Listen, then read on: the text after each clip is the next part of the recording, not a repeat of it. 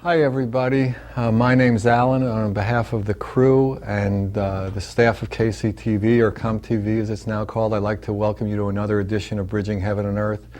First of all, I'd like to thank you all for the kind cards and calls that you sent in about the show, the last show, the first show of the fourth season.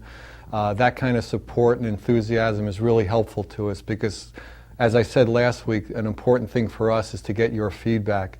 And one question a few people did have that I wanted to talk about a little today, and as we talked about last time, is in a way the theme for the show and has been the theme for the show since the very beginning. If you notice on the flyers and in the opening and the closing, we talk about dedicated to the oneness. And some of the calls we got asked me to discuss with them and with you on the air what dedicated to the oneness meant. And so I thought that I would do that and open the show, because really that is the goal of the show, that is the intent of the show, and that is the experience we hope we have doing the show and what you have watching the show. So when we talk about dedicated to the oneness we're talking about is an experience of connectedness, an experience of being part of everything, an experience of not being separate from anything. And that, to me, is the experience of what this human life is about, for us all to experience the connection to everything else, to the one heart, the one love, the one experience. And when in a human body, when someone has the experience, as I see it, as I experience it, has that experience of that oneness, there's no separation, there's no division, there's no place for us to be in any kind of conflict with each other. And when a human being has that experience, the experience feels like love, it feels like joy, it feels like happiness, it feels like peace, it feels like contentment. And that's the experience that a human being wants. So when we have guests on the show, what we're trying to do is have people who either are striving for that experience, are having that experience, some of both. And that's what they're here to express to you, to show to you. Tonight we have Marna Clarke, who, in light of what I've been saying, her way of manifesting that, her way of experiencing that is through sacred dance, ancient dances. So we're in for an incredible experience tonight, and as we want to do on this next season, we want to have a meditation, and we want to lead you in that meditation to focus your mind, to open your heart. So follow with me. Maybe one of the latest shows will discuss meditation and maybe techniques for meditation. If you don't really know how to meditate, you don't have a meditation technique, just be quiet. Just try to go to the deepest part of yourself. Just drop into your heart and see what that experience brings. Just do that with me for a few moments.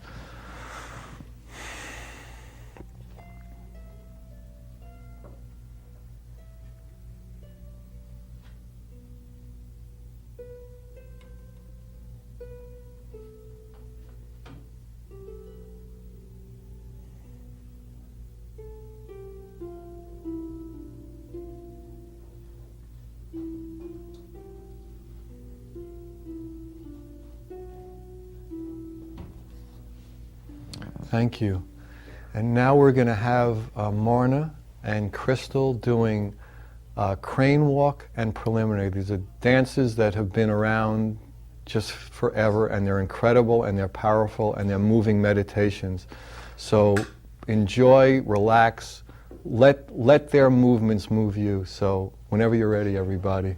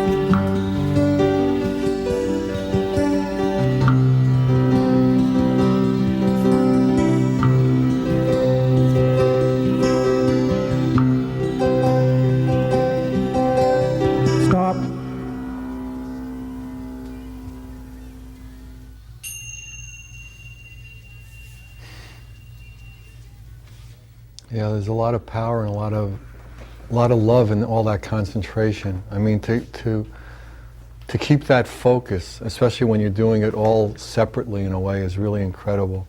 I mean, I don't know how you felt about it out there in television land, but in here there's just an incredible vibration, an incredible forming of concentration and love, really. So now we're going to show, as soon as we can get it up there, a video. It's called Old 21. It's with a great deal more people. I think it was filmed, although I'm not sure, when Marna comes out on the set, we can talk to her about it. I think it was filmed in the Osha commune in Pune, India, where they have workshops and seminars and all kinds of incredible human beings doing incredible things in terms of learning and growing. So now we'll see this tape. I think you'll like it. It's more people doing it, and just watch it and see the vibration you get. So whenever we're ready, take her away.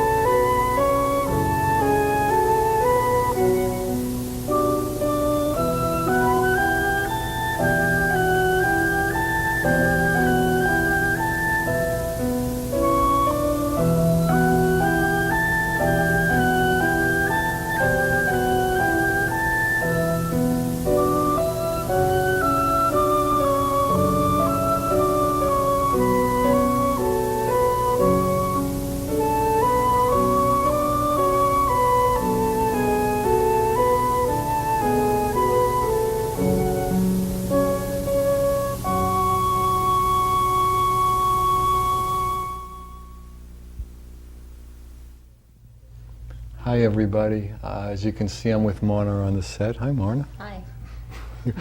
So, how did you get started in sacred dancing? How did that seem to be your manifestation of that love? I saw a video of the performance in Pune one time, about 1990 was when I saw it. and I knew I was going to go. Really? And dance. As soon as you Just saw it? drew me. Really? It was very mesmerizing. And you had like a more or less straight kind of life. You had raised two For kids and you sure. were a photographer and just Yes. an IBM programmer or something. Is that so? Systems analyst. Systems analyst. Many years ago. Uh-huh. Yeah, and it was a total. It was a life-changing It was experience. very much. I gave up the photography business. I sold most of my possessions, and I went to India. Just because you saw this and you I wanted saw to. the video, and I also started hearing about Osho's meditations, which I wanted to try. Uh-huh. So it took a while to dismantle the. Osho has been known as Rajneesh. Right. Okay. And it took a while for me to disengage myself from the life I had in Hartford, Connecticut. Really? And then I sort of made my way slowly. Were your sons out of the house by then? So you were more or less. One was still in high school, but he managed. So, yeah, and then I went, and the first couple of times I went, they didn't have the course. It's only taught once a year. So I had to go back again, and by 92, I had been there. I had gotten there to take the course. It's 6 weeks long, given once a year. And at the end, they give a performance in the big meditation hall, which is what the film was from this year. That was And what we just saw? Yeah, and I went back this year to teach the course. Really? So, yeah, it was a big thing for me. So how do you, what do you experience when you do it? What how do you see it? I mean, I know the traditions are like thousands of years old, and it was brought to the West by Gurdjieff, is that? By George Gurdjieff, yeah. Right. Well, what I feel is very centered and silent and present. You have to be very present to do these dances. So it's a wonderful meditation. If your mind wanders, whack, you miss You're a not step. there. You're not there. Right. It's not like you're watching your breath and you're closing your eyes and you could be on Mount Everest. Your mind Right. could. When, I have. but if you're doing the dances and your mind wanders, It's very obvious right away. yeah, you miss a step, you miss a Right. count, and so it really is a device for keeping you very, very present. And the more you do it, then like in this 6-week course, we're in there from 9 to 4 every day of the week is really meditation. Really powerful meditation. Yeah. And so you get in touch with that inner silence that is so valuable. It's what nourishes and nourishes one. Do you experience, I mean, the way I experience is that is what the life force is, that is what people call God, and that's where, the root of life. That, when you experience that quiet silence, place, the yeah. silence. Right behind the silence is the life force in a way. Yeah. And the dances bring you to it. And I teach the dances in silence. This was a stipulation of Osho when he formed the group. But you're not going to do it here because we're on television. Well, I'm going to teach later. I'm going to do it in Right. silence. But what that does is it facilitates this going inside and being with yourself and watching what's coming up while you're doing the dances. Watch the thoughts, the feelings, because it's not just when you're doing the dances, but as you're learning all the stuff that comes up for you, just looking at it, watching it, and being the witness to it, not judging it, and coming back and keep dancing. And so it's a beautiful meditation. So how do you find, I mean, you don't dance 24 hours a day, so how do you find it affects the rest of your life? What is its impact on you? Well, for one thing, it's increased my awareness enormously, by having the dances include all the different parts of your body doing different things. You keep expanding that awareness. It's not like you're concentrating on one thing. You're expanding to include the right hand doing something than the left, and so forth. In my own life, then, I've become much more aware Much of more conscious of your own being as my it own moves being, through this. my own family, my own community. It just increases that awareness enormously. So in a way, what I was saying at the opening, I mean, this increases your feeling of connectedness Exactly. to all that Yeah. exists. in a I way. thought about that when you were saying it. Yeah. So that's fantastic. It's interesting, but I was saying that, like so many of the guests, I mean, that's what we're really trying to do, is get people whose art, whose music, whose, like last week we had, or the last show we had a violinist and a harpist, and that's the way they express their connection, their desire for the connection, and we just have so many different ways of doing it, but they're really all an attempt to experience the same thing, love in a human context. Yeah.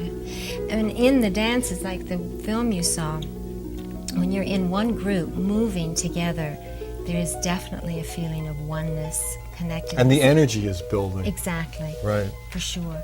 I mean, you can do these dances by yourself, but it's not the same as when you're in a group and you have that moving together. You're alone and you're together. Right. Which is what the human condition is in a sense. Exactly. You make a mistake, you come back to yourself, and sometimes you make a mistake in these dances, you just stand there and you come to yourself, and then sometimes you can enter back in it. Right. If you can't, you just stand there and being present. And it's the presence. And there's no, in a sense, there's no right or wrong. It's just the learning and the growing. You know, that's the benefit, is the device, you know, the learning is a device, it's a process to find out more about yourself. Right, it's a tool for growth. It's a tool for love and learning. For sure. So, and some of these movements have meaning or letters. I mean, I read that somewhere about Gurdjieff or something. Yeah, I mean, you know, some of them predate books when gestures were used to convey a story. What the story is, we've kind of lost touch with. We don't, no one seems to know anymore. I think in some way, when your body's doing it, you get in touch with that force behind it, or you know, some universal force. You're kind of in harmony with it, but you don't have words to put on it. You don't know what the words are. You don't really know the story you're telling. But they do. Some of them date back to those days. Yeah, right. When a gesture stood for an alphabet. Right. And we're also going to see now. Why don't you describe for us the next video? We're going to see the fifth obligatory. Is that what it's called? You're in this one. I am in this one. This one is. See if you can pick it out, folks. see if you can pick Marna out of this one.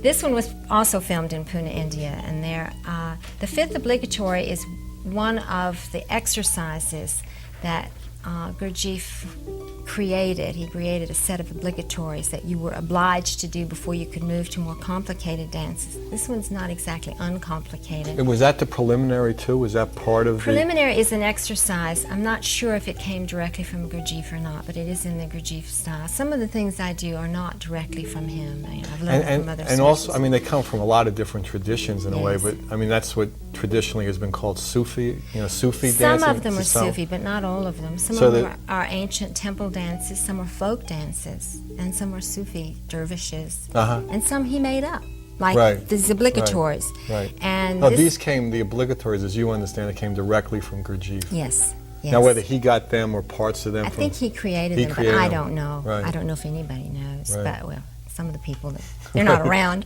Right. But the fifth obligatory is basically two parts. And the first part is, the dance is also called note values. And if you look, the right arm is moving every beat, the left arm every second beat. So you really have to be the head every 4 beats, and the feet every 8 beats. Yeah, I'm glad you described that, because so watch that. So whenever the clip is ready, watch everything moving at different beats. So let's go.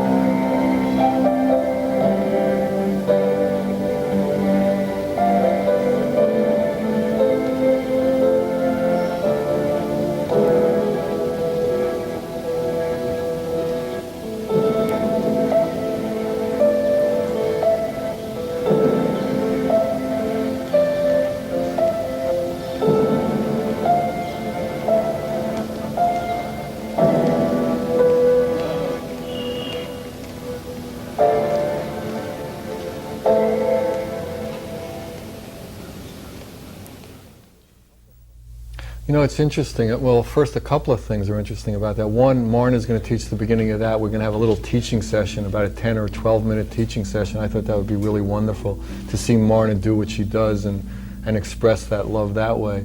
And also, it's interesting because Marna described it, how it was, you know, all the different beats.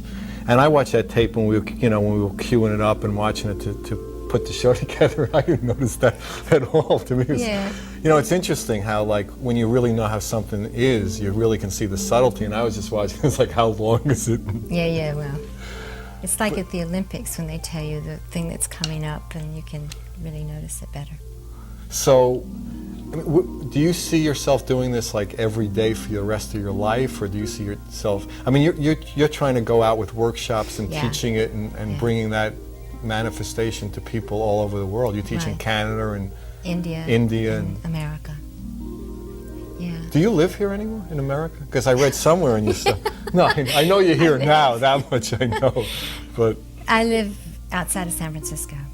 Because didn't I read somewhere that, you know, you come back here to see your family? Well, that was when I was going to India all the time. But you're not anymore. You don't. For the last few years, I've gone a couple of months every year to do these dances. So are you the teacher? Are you the formal teacher there now? There's a team of us. And this last year it was a man and me that did it. They usually get a man and a woman to teach it. Do you teach like the whole time from like 9 to 4 or whatever? We team teach. Yeah, but I mean it's You're up there the whole time. We're up there the whole time. And you do it in silence. Yes, but we intersperse it with centering exercises, body awareness exercises, some meditation. Sitting meditation, quiet meditation? Yeah. So would you consider this a moving meditation? Yeah, I would consider it an active meditation. An active. And Rajneesh or Osho had different forms of active meditation. Yes, he had lots of different. And that's part of the course in Pune, is that the dynamic meditation at 6 o'clock in the morning is a requirement. The dynamic is a requirement. Yeah. So everybody who's at the facility has to do it? No, everybody that's in this dance course. Is in your course. We ask them to do it. And the Kundalini meditation at 4:15 is the other. So they're the bookends sort of for the day. So in other words, they're doing your class from like 10 to 4. 9 to 4. 9 to 4, and then at 6:15 they're doing... 6 o'clock to 7 they do a meditation, wow. 4:15 to 5:15. It's a very pretty full intense, day. huh? Very intense. And what do you do at night? You go to the bars. I know they have bars at the... They do. They have one in the commune. Right. So, I mean, do people have to, like, let off steam? I mean, that's what dynamic is for. It allows you to let off steam. That's the whole point of it. Yeah. So, I mean, in your understanding of the theory of all these different forms, is that there are just a lot of different ways in a human body for us to have that experience and to break down the walls that prevent us from having that experience? I'm sorry, I'm not following. What in other words, like there's like a dynamic meditation and, you know, all the different formats, the different tools. Of meditations? Or of movement or something like that. Yeah. The mind is so busy that if we try to be silent, it has a hard time not interfering. So the idea is to do a lot more active meditation so that the mind can be quelled. Or busy, kept busy. Or actually emptied. I mean, you know, it's like blow it out, and then there's more of a chance for the silence to come and to be able to sit still. So dynamic has active parts, and then you know, there's a silence in it too. There is a there's quiet. 15, yes, and Kundalini too. It's no, it's the next to last the last part is 15 minutes of celebration dancing, but right before that is 15 minutes of silence. Do you experience any difference in your, as you go through these? In your experience of truth or oneness? I mean, or they all lead you to the same place in a way? I think they all lead to the same place. For me, I did dynamic for years, and it got rid of a lot of anger for me. Really? Oh, absolutely. And I can see that I'm much less angry. I used to be a very volatile person. Got rid of it. Some of them are designed to do that. The Kundalini is designed to sort of settle you after a day. So if you've done a day of movement, it's great to do this kind of shaking meditation and then be silent. But it's all designed to kind of get rid of mind chatter and then come to your silence.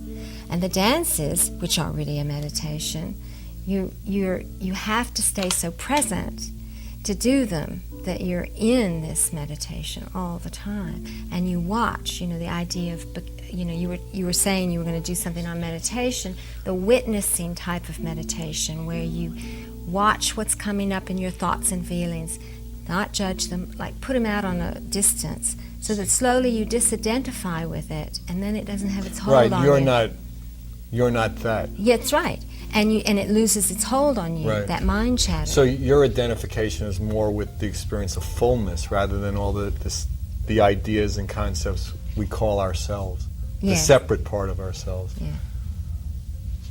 So are you planning to go back there soon? Or? I haven't made any plans this year. I've decided to stay in the States and really go for getting things going here. Oh, really? Yeah. And so are you having any workshops we're in the Santa Barbara area now, we're filming live. But actually the show goes to, New York, Washington, Philly. So people can call me and get your schedule. Absolutely. And you're going to, if there's a call for you to teach anywhere, you're prepared to go. Have legs will travel, have legs will travel. Okay, well, let me ask you to describe, there's a whirling dance video that we have, and then you'll be teaching, I'll be teaching Crystal and Jeff the fifth obligatory, or the beginning part of that. Right. So why don't you describe the whirling? Okay, the whirling dance is, it has whirling in it, but if you'll notice there are a set of gestures that everybody goes through. I think it's 4 times. And on the 4th time, the lines will go in sequence. It's called in canon. So what the dancer's having to do is, first of all, remember the sequence, and then remember to do it 3 times with the whole group, and then hold off until they know their time to come in. Because the first line, which will be to our left, but is the right one facing, starts and does the first part of the sequence, then the next line, then the next line. And so this is another dimension, another added awareness you have to be able to count when you come in. So it's complicated enough that you can't be thinking of what's for dinner. That's right. And do saying. anything clear. Yeah, right. You'll miss it. Right. And it'll be gone. Like your gone. life will be gone if you're thinking of something else and not there. You miss the step. If you're not out present. Of it. And then the whirling starts, and then you do the whole thing again, and the whirling ends, only it's longer. And the whirling starts in canon also, and then we're all in sync doing it. Okay, well, let's see it. Whenever we're ready, let's see it.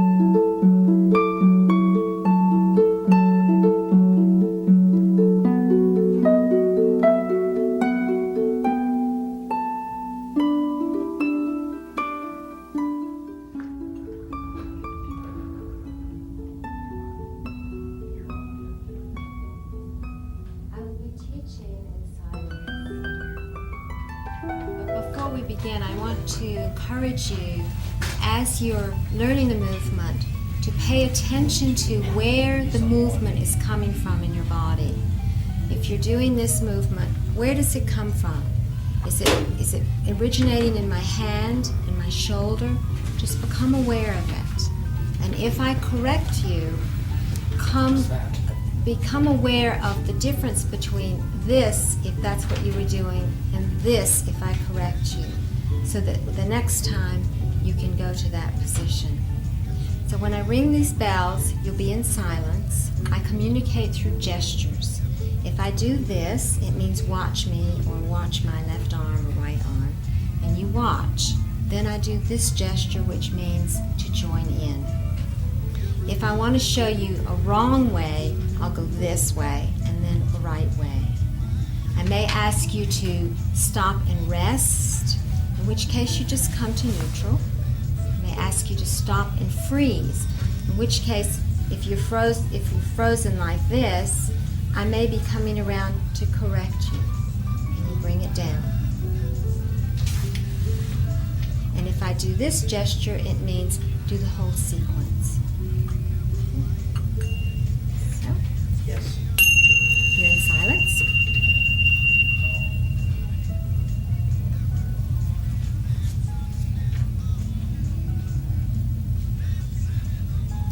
One, 2, 3, 4. 1, 2, 3, 4. 1, 2, 3, 4. 1, 2, 3, 4. 1, 2, 3, 4. And 1, 2, 3, 4. 1, 2, 3, 4. 1, 2, 3, 4. 1, 2, 3, 4. 1, 2, 3, 4, and rest. And 1, 2, 3, 4. 1, 2, 3, 4. 1, 2, 3, 4. 1, 3. 1, 3. And 1, freeze.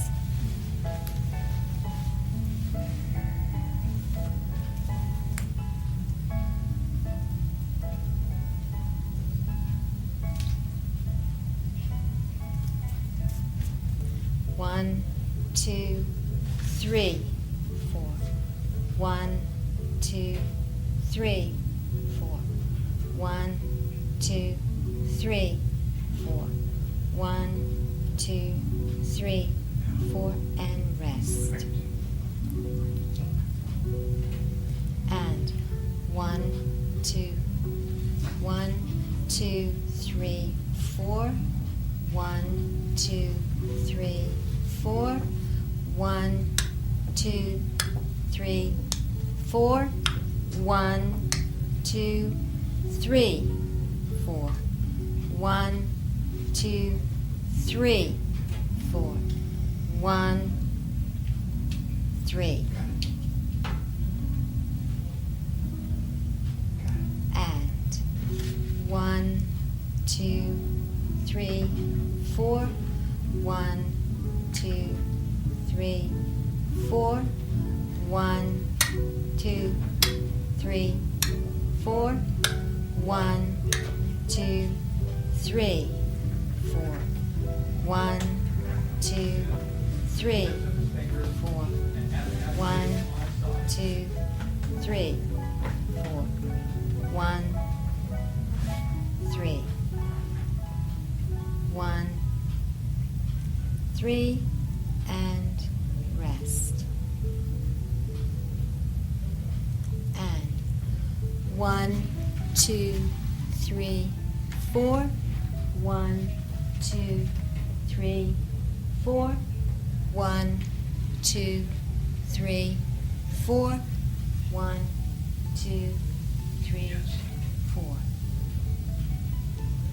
And 1, 2, 3, 4. 1, 2, 3, 4. 1, 2, 3, 4. 1, 2, 3, and rest.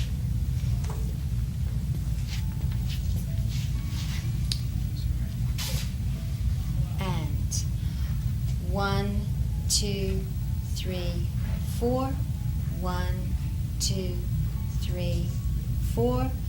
1, 2, 3, 4. 1, 2, 3, 4. 1, 2, 3, 4. 1, 2, 3, 4. 1, 2, 3, 4. 1, 2, 3, 4, and rest.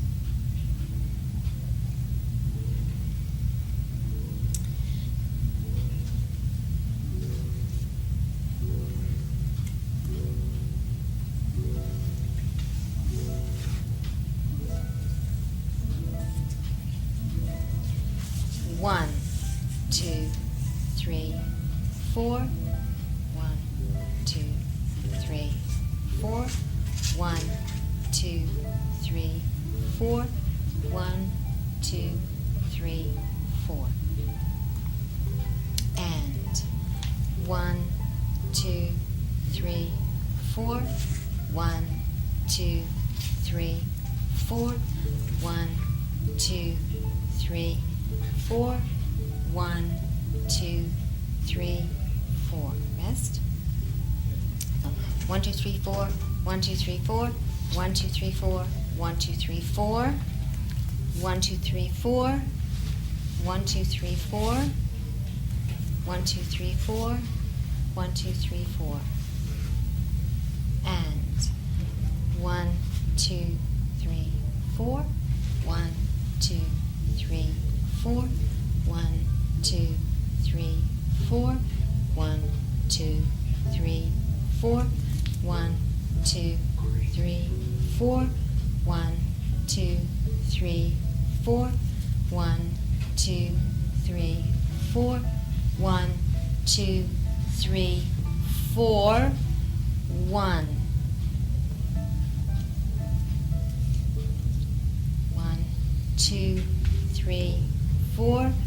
1, 2, 3, 4. 1, 2, 3, 4. 1, 2, 3, 4. Back to neutral. And 1, 2, 3, 4. 1, 2, 3, 4. 1, 2, 3, 4.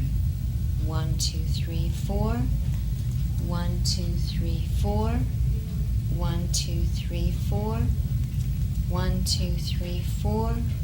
1, 2, 3, 4. 1, 2, 3, 4. 1, 2, 3, 4. 1, 2, 3, 4. 1, 2, 3, 4. 1. 1, 2, 3, 4. 1, 2, 3, 4. 1, 2, 3, 4. 1, 2, 3, 4. And 1, 2, 3, 4. 1, 2, 3, 4. 1, 2, 3, 4. 1, 2, 3, 4.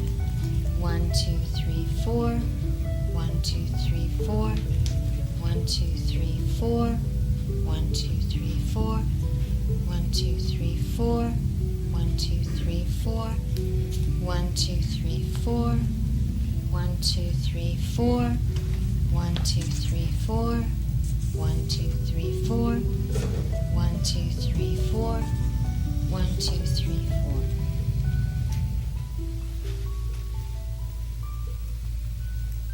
And 1, 2, 3, 4. 1, 2, 3,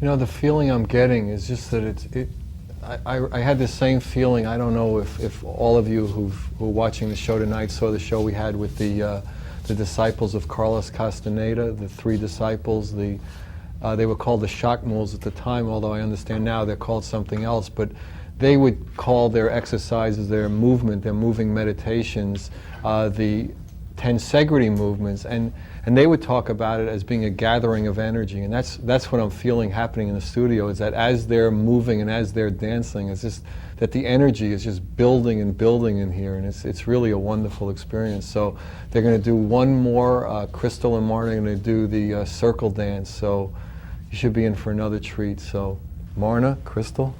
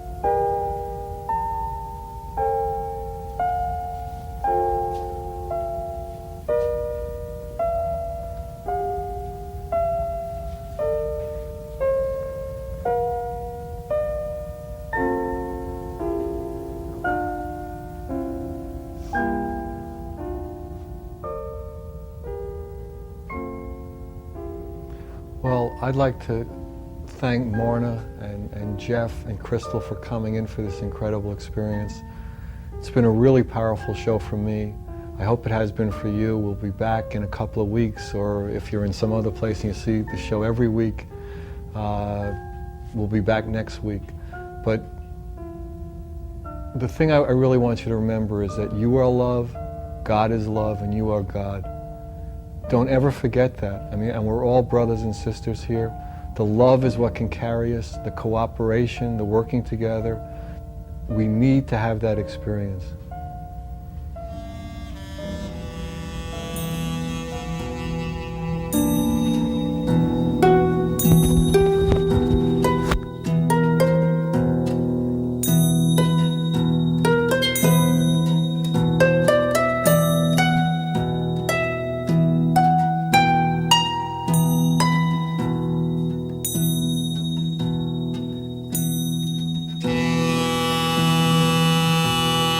you.